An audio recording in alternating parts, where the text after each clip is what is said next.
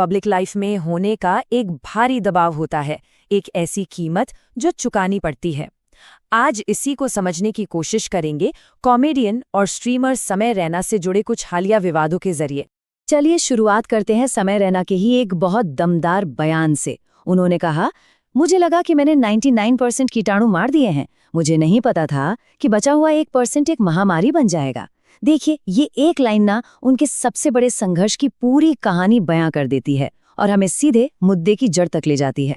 तो कहानी शुरू होती है समय के हालिया सीजन 2 से। ये वो दौर था जब वो अपनी जिंदगी के, उनके ही शब्दों में, सबसे बुरे दौर से गुजरकर वापस आए थे, और ये वापसी दिखाती है कि वो कितने मजबूत हैं। यहाँ एक बहुत बड़ा कॉन्ट्रास्ट देखने को मिलता है। उनके स्टेज परफॉर्मेंस और उनके निजी संघर्ष के बीच जमीन आसमान का फर्क था। सोचिए, उन्होंने अपनी जिंदगी के सबसे मुश्किल पलों पर 1.5 घंटे का पूरा सेट परफॉर्म किया, और इस दौरान वो कई बार रोने की कगार पर पहुंच गए, लेकिन फिर भी वो दर्शकों को हंसाते रहे। तो चलिए अब उस विवाद की जड़ तक चलते हैं जिसने इतना कुछ बदल दिया। सब कुछ शुरू हुआ एक बियर बाइसेप्स पॉडकास्ट की एक छोटी सी क्लिप से।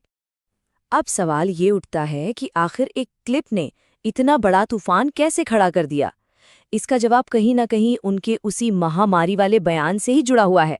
समय का ये कहना है कि वो जो एक विवादास्पद सवाल था, वो उनसे पूरी रिकॉर्डिंग के दौरान 1 या 2 बार नहीं बल्कि 8 बार पूछा गया था। अब अगर ऐसा है तो ये मानना थोड़ा मुश्किल हो जाता है कि ये सिर्फ जुबान फिसलने का मामला था, और इसका जो नतीजा हुआ वो बहुत ही ज्यादा गंभीर था। असम के मुख्यमंत्री ने FIR तक दर्ज करवा दी, पॉलिटिशियंस इसमें कूद पड़े और मेन स्ट्रीम मीडिया उनके खिलाफ हो गया। हद तो तब हो गई जब उनके अपने फैंस ही ट्रोल बन गए। समय को लगा जैसे वो किसी बुरे सपने में जी रहे हैं और पूरी दुनिया उनके खिलाफ खड़ी हो गई है। चलिए अब एक दूसरे मामले पर आते हैं। इसमें एक और जानी मानी हस्ती शामिल है, और ये मामला हमें कॉमेडी और उसकी टाइमिंग की बारीकियों को समझने में काफी मदद करता है। जी हाँ, बात हो रही है एक्टर राजपाल यादव की। पर्दे पर तो हम सब उन्हें एक जबरदस्त एनर्जी से भरे कॉमेडियन के तौर पर जानते हैं, लेकिन पर्दे के पीछे की हकीकत कुछ और थी। वो निजी और आर्थिक मुश्किलों से जूझ रहे थे, जिसका असर उनके चेहरे पर साफ साफ दिख रहा था। तो हुआ ये कि एक पब्लिक इवेंट में सौरभ द्विवेदी ने राजपाल यादव के कर्ज को लेकर एक मजाक कर दिया। राजपाल यादव का चेहरा एकदम से उतर गया और वो बहुत असहज हो गए।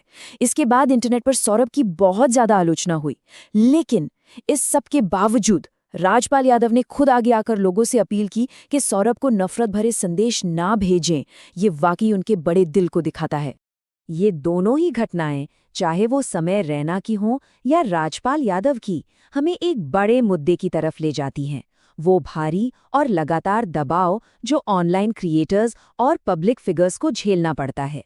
तो क्या ये पूरी कहानी सिर्फ इन 2 घटनाओं तक ही सिमट कर रह जाती है? नहीं, बिल्कुल नहीं। ये असल में उस कीमत के बारे में है जो पब्लिक फिगर्स को हर पल, हर सेकंड एक माइक्रोस्कोप के नीचे रहने के लिए चुकानी पड़ती है। समय के अपने शब्द इस दबाव को बहुत साफ तरीके से दिखाते हैं। वो कहते हैं कि अगर वो सिर्फ 2 दिन भी कंटेंट न बनाए तो उन्हें ऐसा लगने लगता है कि वो खत्म हो गए, कि वो अप्रासंगिक हो गए हैं।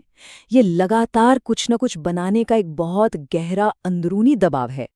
तो इन सब अनुभवों के बाद आखिर में समय रैना ने क्या सबक सीखा? चलिए देखते हैं। समय का सबसे बड़ा सबक ये है कि जिंदगी में दिल से ज्यादा दिमाग से काम लेना चाहिए। वो समझाते हैं कि दिल तो इम्पल्सिव है, मतलब वो रात के 3 बजे भी मोमोज खाने की जिद कर सकता है, लेकिन दिमाग ही है जो हमें लॉजिक देता है, जो हमें मुश्किल हालात से निकलने में मदद करता है। और यहाँ से उनकी एक और बड़ी दिलचस्प सोच सामने आती है। उनके मुताबिक असली प्रोडक्टिव दिन वो नहीं है जब पैसे के लिए काम किया जाता है। असली प्रोडक्टिव दिन तो वो है जब दोस्तों और परिवार के साथ वक्त बिताया जाता है। ये आज के हसल कल्चर को, मतलब 2400 घंटे काम में जुटे रहने की सोच को एक सीधी चुनौती है। और ये पूरा विश्लेषण हमें एक बहुत ही अहम सवाल पर लाकर छोड़ देता है। इस लगातार कंटेंट की दुनिया में, जहां हर पल कुछ नया देखने को मिल रहा है, क्या हम पर्दे पर दिखने वाले किरदार के पीछे जो एक असली इंसान है, उसे कहीं भूलते तो नहीं जा रहे हैं?